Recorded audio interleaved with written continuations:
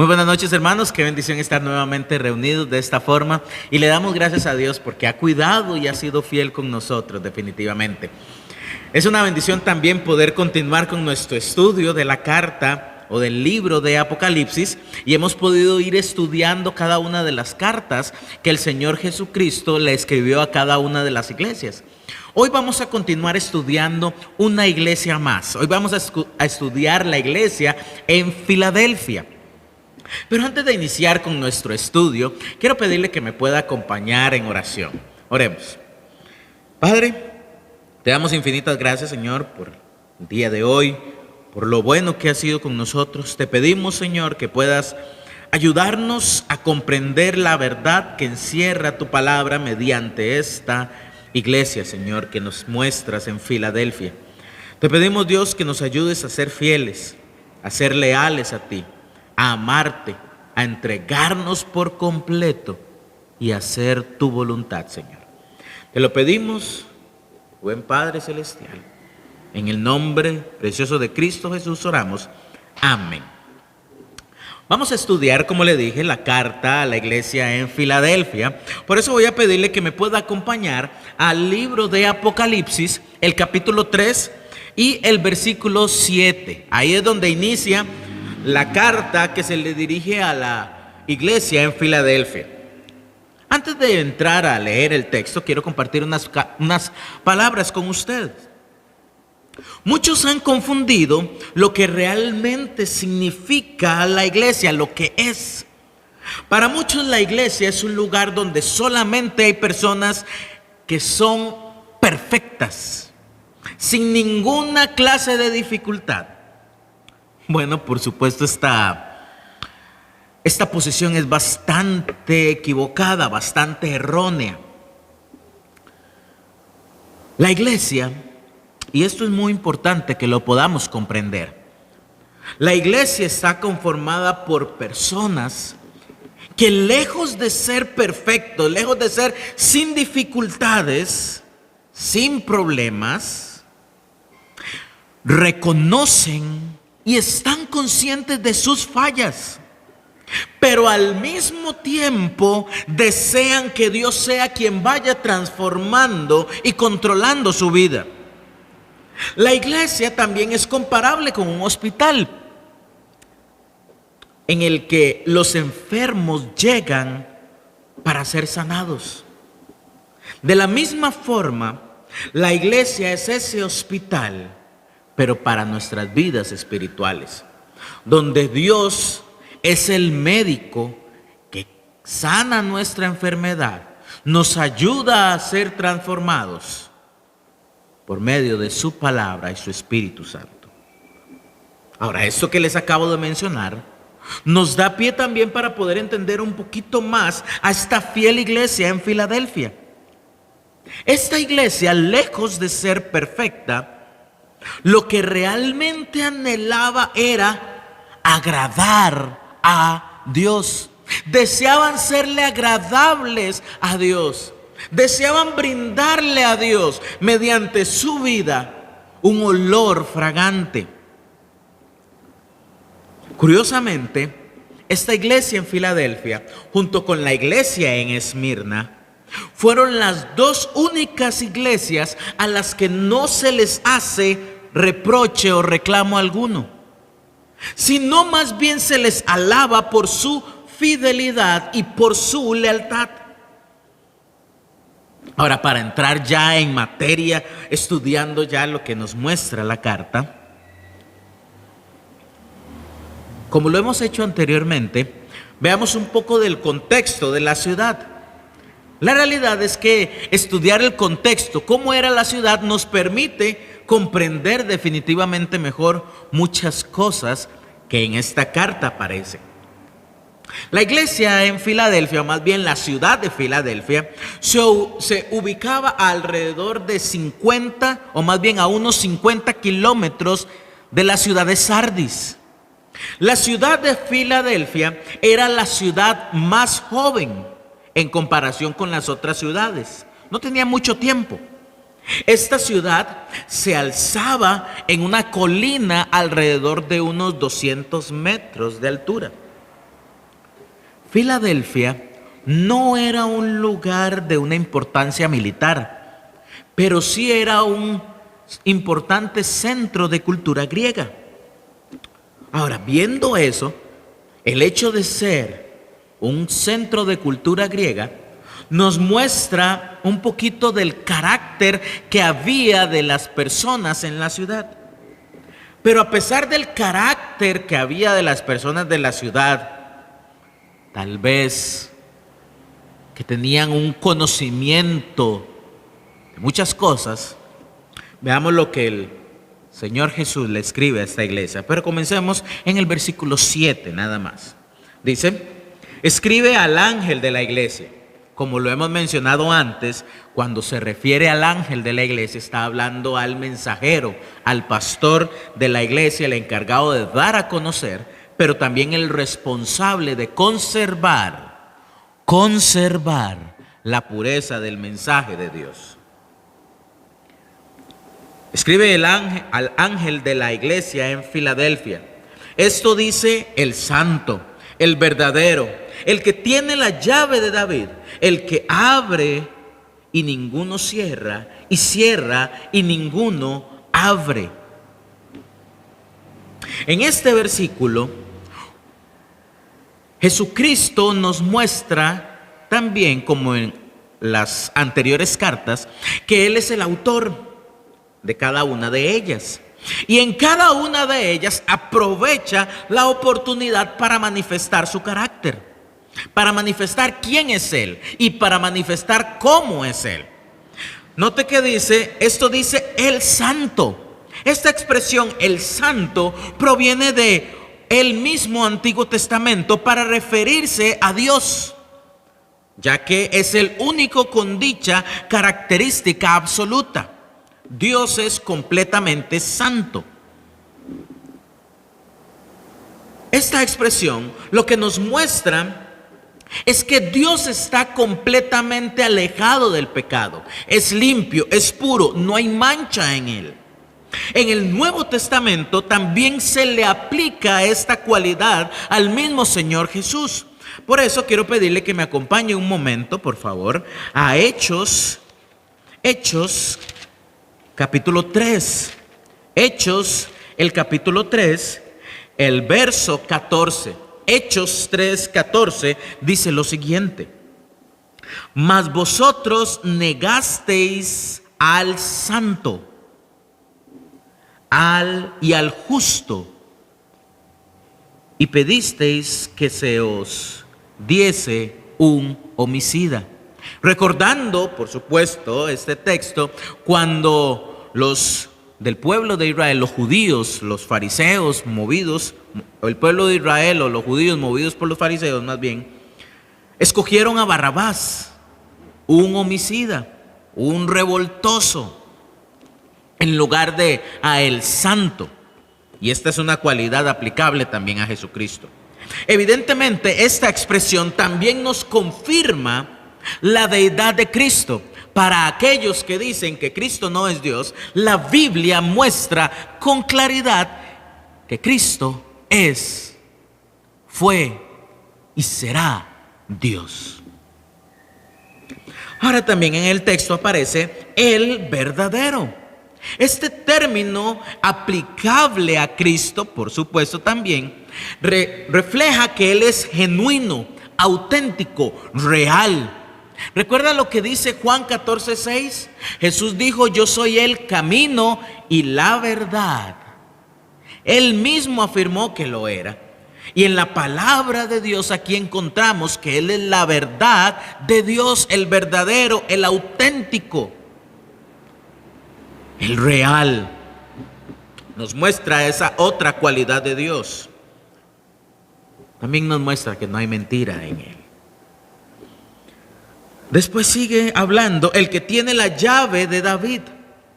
Lo que refleja el que tiene la llave de David, esto es el oficio mesiánico en referencia a la promesa hecha a David por parte de Dios. La llave representa autoridad. Quien tiene la llave tiene el control. Jesús, como tiene la llave, como el Mesías, como el que iba a rescatar su pueblo y el mundo entero, Jesús es quien tiene toda la autoridad para determinar quién entra a su reino. Y Él ya había determinado y ya determinó que quien entra a su reino es quien tiene al Hijo. Es quien le tiene a Él como Salvador personal, quien tiene una relación íntima y personal con Él. También dice, el que abre y ninguno cierra, y cierra y ninguno abre. Para comprender esto un poquito más, acompáñenme a Isaías 43. Isaías 43, 13. Isaías 43, 13 dice lo siguiente: aún antes que hubiera día, yo era, y no hay quien de mi mano libre. Lo que yo hago, ¿quién lo estorbará? Ambos pasajes lo que muestran es la soberanía y el control que tiene Cristo sobre su iglesia y sobre el mundo entero. Eso es lo que nos muestra esa frase: el que cierra, el que abre y ninguno cierra, y cierra y ninguno abre. Es la soberanía que tiene Él.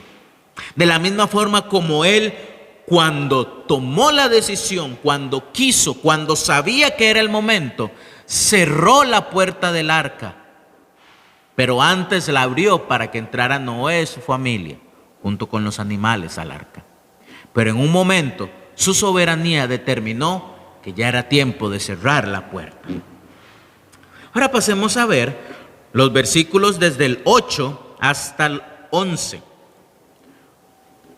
Al igual que a las otras iglesias, les dice algo muy similar: yo conozco tus obras. Recuerde, el Señor Jesús conoce cada una de las acciones de cada una de las iglesias, de cada uno de los creyentes. Conoce lo que usted hace, lo que yo he hecho, lo que usted ha hecho. Y dice: yo conozco tus obras. He aquí, he puesto delante de ti una puerta abierta, la cual nadie puede cerrar. Porque aunque tienes poca fuerza, has guardado mi palabra y no has negado mi nombre. He aquí, yo entrego en la sinagoga de Satanás a los que se dicen ser judíos y no lo son, sino que mienten. He aquí, yo haré que vengan y se postren a tus pies y reconozcan que yo te he amado. Por cuanto has guardado la palabra de mi paciencia, yo también te guardaré de la hora de la prueba que ha de venir sobre el mundo entero, para probar a los que moran sobre la tierra. He aquí, yo vengo pronto. Retén lo que tienes, para que ninguno tome tu corona. Primero veamos qué es los elogios que se le hacen a esta iglesia. Si usted pudo leer, no se le menciona ningún reclamo. Estos elogios, el primero que se le hace es: aunque usted no lo crea, tienes poca fuerza. Poca fuerza no es que no está diciendo, no es un reclamo, sino más bien es una alabanza de que a pesar de que la iglesia no era tan numerosa, tenía una poderosa influencia en la ciudad. Era muy posible que la iglesia fuera de clase económica baja, pero su poder espiritual fluía grandemente en el impacto de la ciudad. Otro elogio que se le hace: has guardado la palabra, o has guardado mi palabra. Su apego a vivir y practicar la palabra de Dios eran innegables. 3. No has negado mi nombre. A pesar de la presión, seguían fieles a pesar de cualquier cosa que ocurra. Cuarto elogio: has guardado la palabra de mi paciencia. No solo eran fieles, sino también eran constantes en medio de las dificultades. Estos creyentes en Filadelfia se les alaba por ser difíciles de mover en torno a agradar a Satanás y al mundo. Ellos se permanecían fieles, estaban fuertemente plantados, fuertemente cimentados, fuertemente arraigados. Pero esta fidelidad que ellos experimentaron les llevó a que se les hicieran varias promesas, las cuales vamos a ver a continuación también. Número 1, se le promete una puerta abierta, la afirmación y seguridad en cuanto a su salvación. Ellos tenían la puerta abierta directa hacia Cristo, hacia Dios. Tenían esa seguridad eterna. 2, dice en el versículo 9: he aquí yo entrego de la sinagoga de Satanás a los que se dicen ser judíos y no lo son, sino que mienten. He aquí yo haré que vengan y se postren a tus pies y reconozcan que yo te he amado. Esto también nos recuerda lo que le dijo el mismo Señor Jesús en una de sus cartas a la iglesia en Esmirna. A los judíos, los judíos al rechazar a Cristo y perseguir a la iglesia de Cristo, no se ubicaban como leales a Cristo, no se ubicaban como leales a Dios, sino más bien se ubicaban al servicio del mismo Satanás. Entonces, lo que el mismo Señor Jesús les dice, que la iglesia en Filadelfia estaba bien en plantarse, pero les promete que esos se iban a postrar ante sus pies. La acción de inclinarse ante los pies manifiesta una total sumisión. Los enemigos de la fiel iglesia en Filadelfia experimentarían la derrota y la humillación total.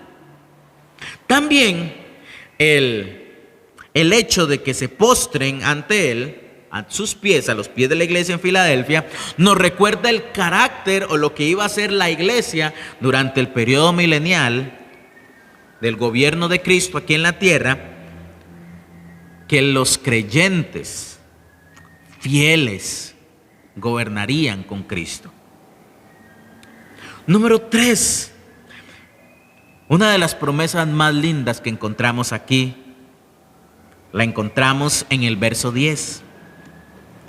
Por cuanto has guardado la palabra de mi paciencia, yo también te guardaré de la hora de la prueba que ha de venir sobre el mundo entero para probar a los que moran sobre la tierra.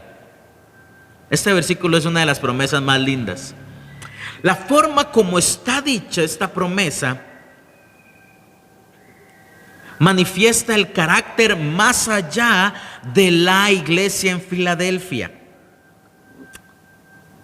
sino que se extiende a lo largo de la historia hasta antes de que venga Cristo. O sea, esta promesa también es aplicable en nuestros días. La promesa es a futuro. Por cuanto has guardado la palabra de mi paciencia, yo también te guardaré, futuro, de la hora de la prueba. O sea, no solamente una promesa a futuro, sino que esa hora de la prueba, o sea, tendría un tiempo determinado de la prueba que ha de venir sobre el mundo entero. Habla de un alcance mundial de esa prueba que iba a experimentar el mundo entero. Este tiempo del que la iglesia será librado se llama también, o en la Biblia también se le conoce como la semana 70 de Daniel. Se le conoce también como la angustia de Jacob. O también se le llaman los 7 años de la tribulación. Esta promesa que se hace en el versículo 10 muestra claramente que Dios iba a sacar, a librar, a liberar a esta fiel iglesia, a estos fieles creyentes, antes de que esto ocurra. Esta es la promesa clara del arrebatamiento antes de la tribulación. Para ver una referencia más, acompáñame a Primera de Tesalonicenses. Primera carta a Tesalonicenses, capítulo 1, el verso 10. Primera de Tesalonicenses 1, 10. Y esperar de los cielos a su Hijo, al cual resucitó de los muertos, a Jesús, quien nos libra de la ira venidera.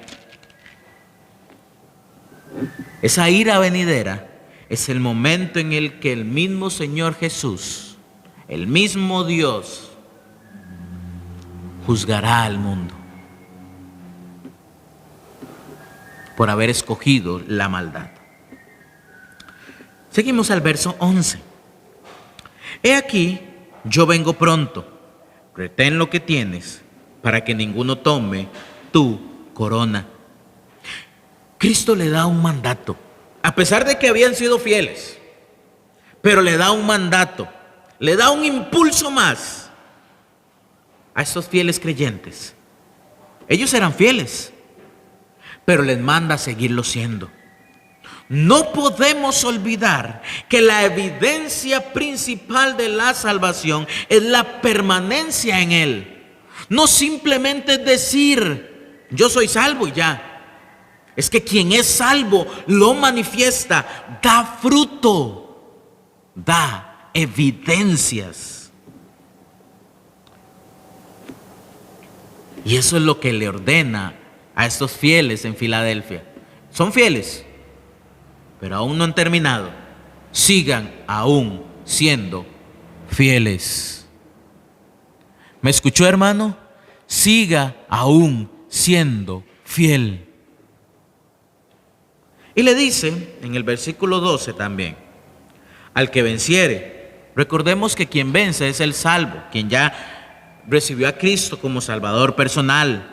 Al que venciere, yo lo haré columna en el templo de Dios, y nunca más saldrá de allí. Y escribiré sobre él el nombre de mi Dios y el nombre de la ciudad de mi Dios, la nueva Jerusalén, la cual desciende del cielo de mi Dios, y mi nombre nuevo. La columna nos recuerda un lugar de honor delante de su presencia, la cual permanecerá en su templo, en su presencia, en su lugar. Note que promete que no saldrá de allí.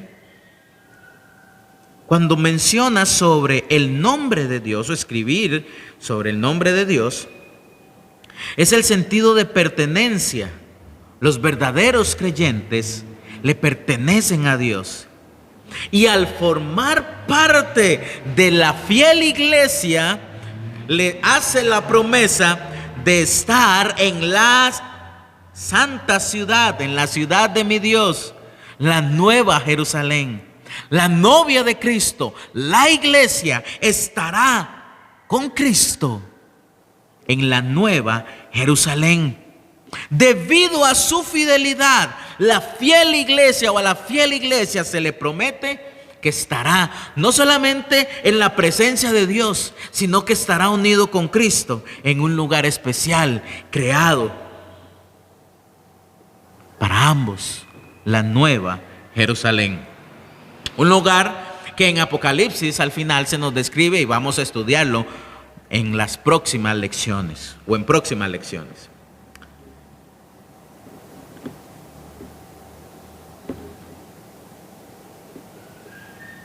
Dice, voy a volver a leer el versículo 12, dice, al que venciere, yo lo haré columna en el templo de mi Dios y nunca más saldrá de allí. y escribiré sobre él el nombre de mi Dios y el nombre de la ciudad de mi Dios, la nueva Jerusalén, la cual desciende del cielo de mi Dios, y mi nombre nuevo. ¿Qué es eso de mi nombre nuevo? Acompáñame a Primero de Juan. Vayamos a la carta de Primera de Juan, capítulo 3, el versículo 2. Dice, amados. Primera de Juan 3:2 dice, amados, ahora somos hijos de Dios y aún no se ha manifestado lo que hemos de ser. Pero sabemos que cuando Él se manifieste, seremos semejantes a Él, porque le veremos tal como Él es. Cuando hablamos de mi nombre nuevo, a lo que se refiere es conocerle tal cual es Él, tal como Él es. Realmente veremos la magnífica imagen y presencia del Señor Jesucristo. Dios derrama, para concluir, Dios derrama su bendición sobre la iglesia, sobre los verdaderos creyentes que permanecen fieles, sin fluctuar, sin acomodarse ante el sistema mundano y el sistema de Satanás.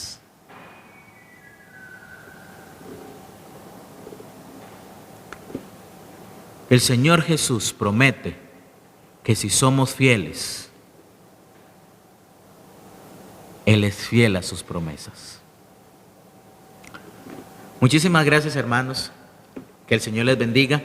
Pero antes de concluir, quisiera que pudiéramos entonar este precioso canto.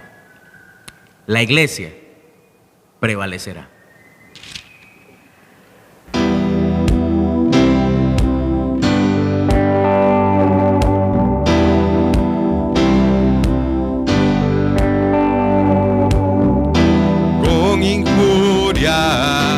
Afligida por tu causa, perseguida, mas el reino de la muerte no la vencerá. A tu amada para siempre preservarás, aunque bramen y se agiten las aguas, la iglesia prevalecerá. Sobre la roca firme está, hasta el final con nosotros estarás, a tu pueblo guardarás.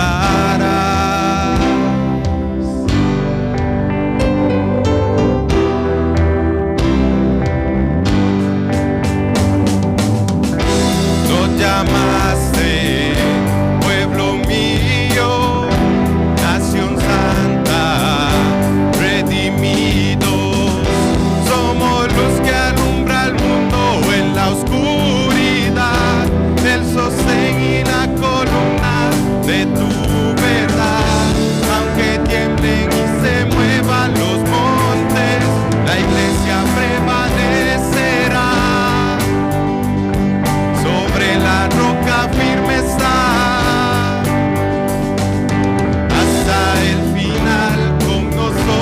estarás, a tu pueblo guardarás.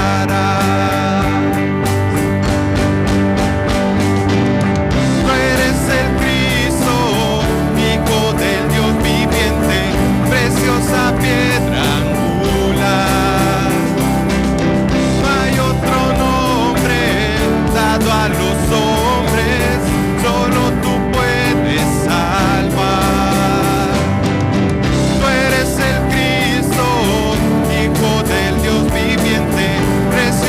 Piedra angular, no hay otro nombre dado a los hombres, solo tú puedes salvar, tú puedes salvar. La iglesia prevalecerá, sobre la roca firme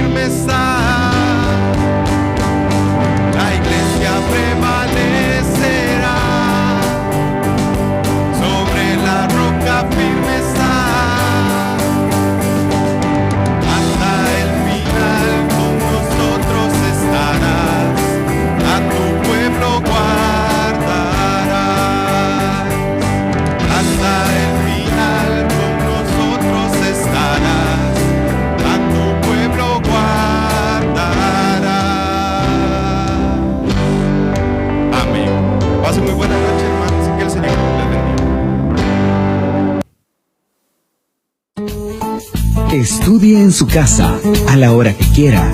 Hágalo en privado o en familia. Ministerio Fuente de Luz, iluminando con la palabra de Dios.